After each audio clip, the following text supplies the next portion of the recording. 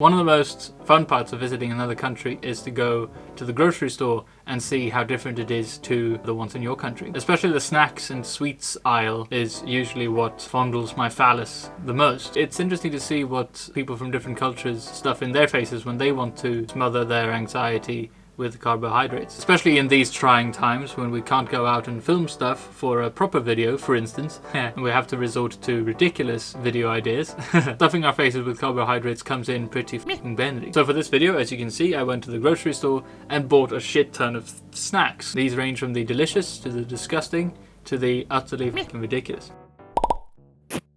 Okay, so we start off with perhaps the most famous of Japanese confectionaries, Kit Kat. Yes, Kit Kat is a British invention, but like with so many other things Western, Japan has managed to make its own unique version of it. The most famous of which perhaps is the matcha version, which I think tastes like a piece of shit. So instead I bought this one. Whoops. Mainichi no natsu to cranberry. Every day's nuts and cranberries, yes. One of the reasons why Kit Kat has been so heavily marketed in Japan, there's been over 300 flavors released, is that Kit Kat coincidentally sounds a little bit like the Japanese phrase Kitto Katsu, which roughly translates to, I believe, vaginal retribution. Alright, so this is the first little shit of the day. Looks a bit weird. Itadakimasu.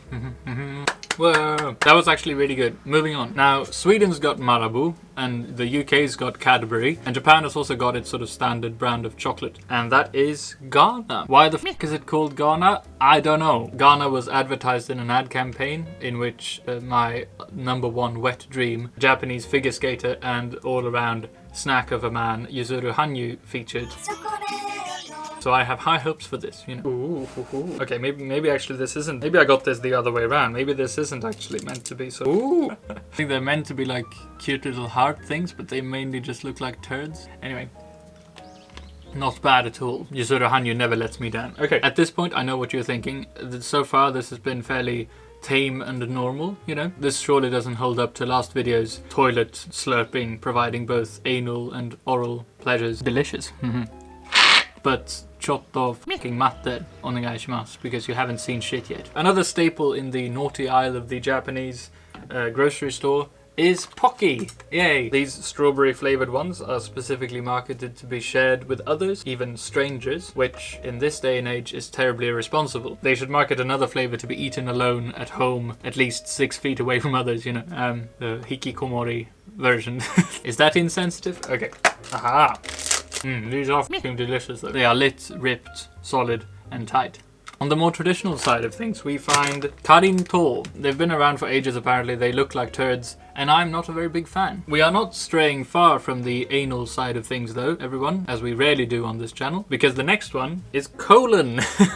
I wish this was spelled with 1 L, but it's not. I had to look up how to spell colon, and it's not spelled like this, but yeah. Because I really wish there was a confectionery called Cream Colon. I really like the box though. Oh, I like, ooh. Alright, I've actually never tried these before, so see.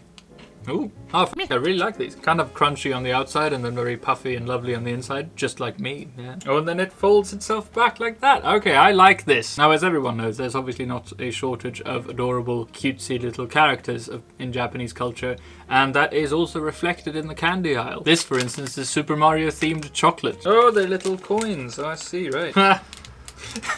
I bought this just because I thought it was really silly. But now that I see these little cute little packages, I actually really like them. I mean, look at that. That is kind of cute. Ah! Okay, I really like these. It's a little shell. Ah! Okay, the chocolate wasn't very good at all. But it was really... tastes a bit like penicillin. That's weird. Another beloved character is Doraemon. He's been around for ages, since the 70s, I think. Very popular character in Japan. Not as internationally recognized as Mario, though, I guess. But, consistency is f***ed up. It's really wet. Oh, that was really weird. It was like incredibly watered down jelly. Did not like that. Okay, next. Now there's obviously also a bunch of Pokemon related things everywhere you go in this country, including the snack aisle. Yes. So I thought I'd kind of had to buy these, you know, just to see what they were like. I actually don't know quite what this is, but apparently there are 24 of them. I don't know. Oh, it's all crumbly. It's just a f***ing waffle biscuit. Ah, of course. And then you got the little card as well. Ta-da! Absolutely worth. F***ing fantastic. Now, most of you surely have heard of mochi and even tasted it, perhaps. Most of you will probably have seen the amazing videos about how it's made. Rice being beaten the absolute living shit out of by incredibly enthusiastic rice beaters.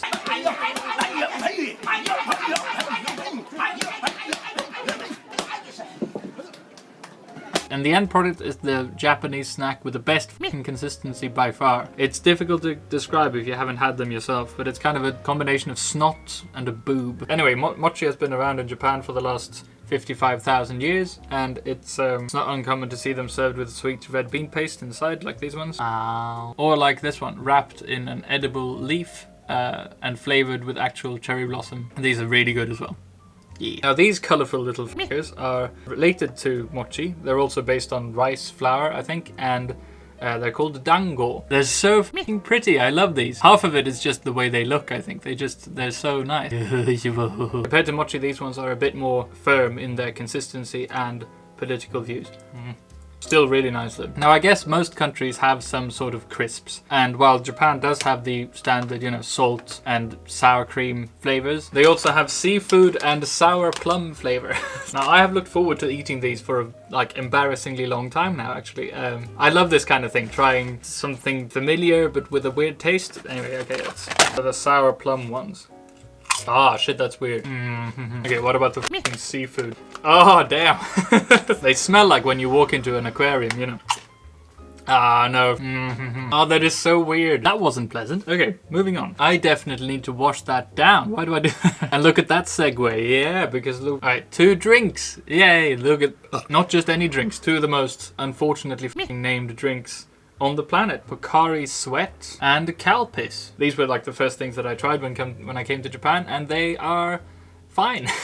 They're not spectacular. They taste like sugar. Now to cap this very silly video off, I thought I'd save the very silliest for last. It's one of these things. You make your own little miniature candy version of regular food. I got the hamburger set. I feel this is clearly marketed to people who are about 20 years younger than I am, and to very desperate YouTubers who are out of ideas. So here we go. I'm gonna have to do this in another angle, I think. Maybe I didn't explain this properly. This is a meal kit, and you make it yourself. Skutte tabeyo. Let's make and eat something.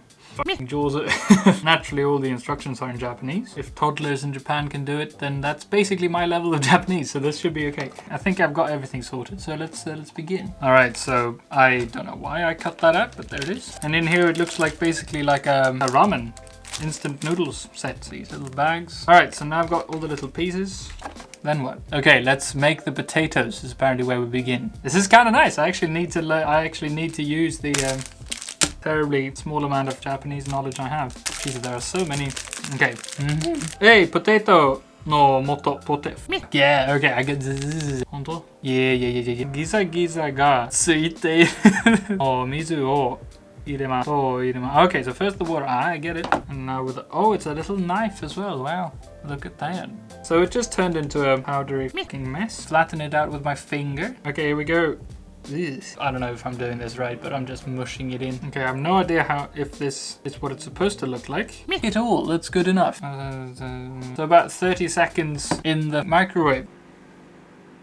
So next, I think we're supposed to cut these up. Okay, so it's sort of hardened a bit. I don't know if you can see that. And I'll try to now, with the knife, I guess sort of scoop it up. Ooh. Oh shit, it is actually, aha! It smells strangely like a potato. Shit, look at this. Yeah, look at that. That's kind of cool. It's very firm now. Oh shit, this is nice. In the beginning I was very sort of skeptical of this whole thing, obviously. But now this is it's kind of fun. Look at that, that's some fries. That's so nice. I'm actually rather pleased with those. That's nice. So that's the potatoes. What's this then? Hamburger o tsukuro 2杯. Okay, so 2 of the same in the hamburger. So right now we do the pretty much exact same thing with the hamburger. Oh, that is satisfying. Yep, all right, and then we do the same thing with the pan thing. Oh shit, that smells disturbingly like cheese. Oh, and this has got the sort of disgusting American hamburger cheese color. That's pretty good. And the rest basically sort of does itself. So we have all the ingredients with the cheese.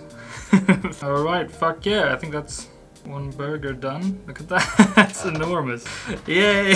There you go. All right, everyone. Yay. So that's it. Now the last thing to do is just to try them. Okay. Itadakimasu. Ah, goddamn. It's not bad. It just tastes a bit like very plastic hamburger. All right, so this was definitely a video. It was not necessarily a very good one. So I am back to studying now full-time online. If you want to get a taste of what that is like, one of my teachers, well, several of my teachers actually, also have their own YouTube channels, and one of them has put up 2 of my recent online lessons. So if you want to sort of see what that is like a Japanese lesson over Zoom, they are on YouTube, and you can look at them if you want to see how terribly bad I am at Japanese right now. So I'll put links to them in the description. Other than that, still not much going on, clearly, since I can't go out. This is obviously a very sort of bit of a desperate video idea, really. In general, I suppose I'm doing good. I don't really know what to say. Thank you everyone who subscribed recently, and thank you very much for watching, and I'll see you in the next video. Yay!